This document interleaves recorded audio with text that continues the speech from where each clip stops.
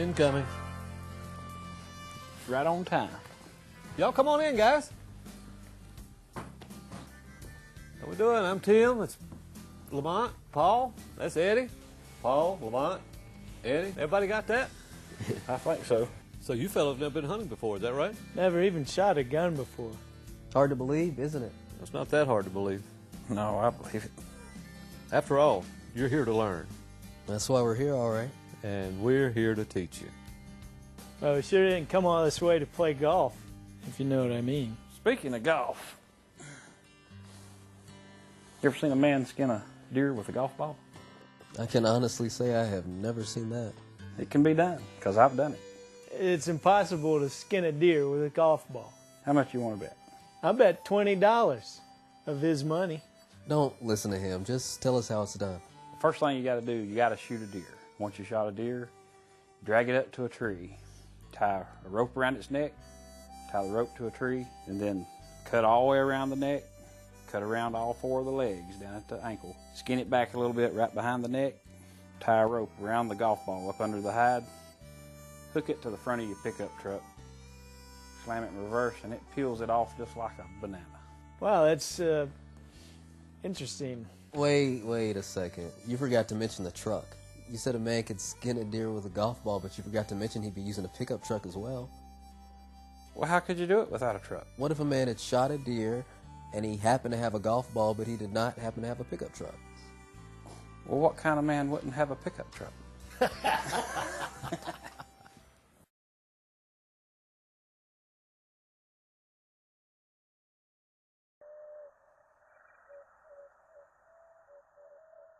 Hey guys, I think we're ready to go this morning. You got your hats on, you got your warm socks on, you got your coveralls on. I've got some hand warmers here in my pack if you need some little air things you shake and they put them in your pocket and keep your hands warm. First off, we're going to go over a couple of safety things. These are the bullets we're going to be shooting today. They're 30-06. That's Lamont's going to be shooting a 30-06. Paul's going to be shooting a 7mm Weatherby Magnum. These bullets are capable of traveling long distances. So, number one, we want to be sure of what we're shooting at. Always identify your target. We don't want to shoot at a deer behind brush, thinking the deer's there and seeing movement and just shoot. So we're going to be very safe with that. Always know what's beyond your target, not just looking at your target, know what's beyond it. Because this bullet will travel, like I said, a long way. Lamont, be shooting a 30-06 bolt action, and when you carry this gun, this is just some safe etiquette that you want to practice. One safe way to carry it is over your shoulder. Hold on to the strap, because sometimes the straps will tend to slide off. Another safe way is just simply with the muzzle up. And you always, anytime you're traveling to and from a stand, whether you're by yourself or in a group of people, always show this bolt open. That tells me this gun is unloaded and incapable of firing. So just some safety tips that will help us now, help us down the road, and just keep us out of trouble. I got a couple other items I want to show you. Very important. It's a hot thermos of coffee.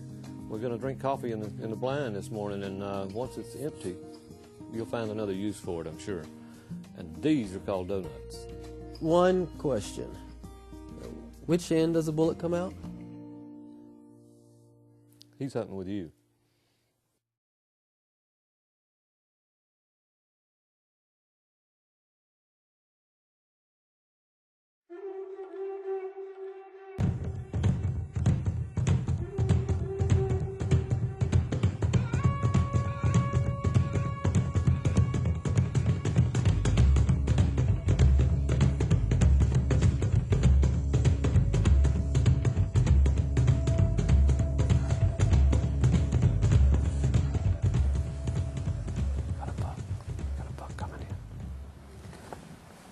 He's running across the field.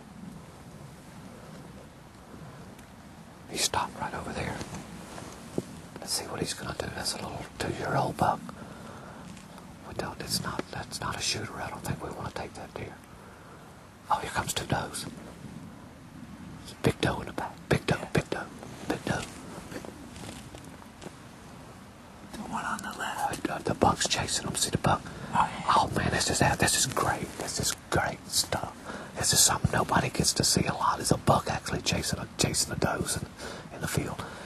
This is super stuff. So they ran off. They ran off. All right, let's just sit here, be still. They will come back. But we didn't spook either one of the deer. The buck was after the does. Let's see what happens.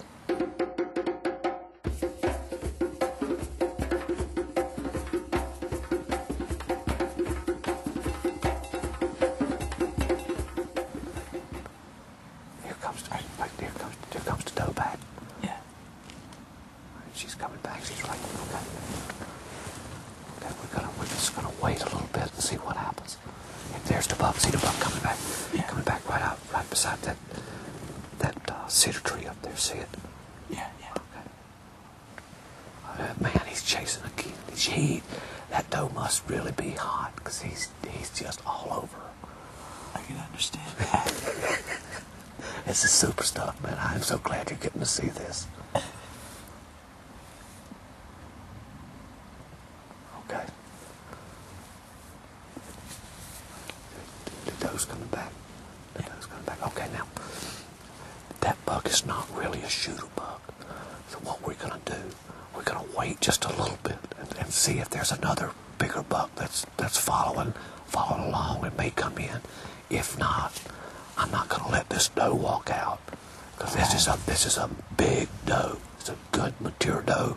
We want to take this doe if we don't get a larger buck. So let's just sit here for a little bit and see what happens.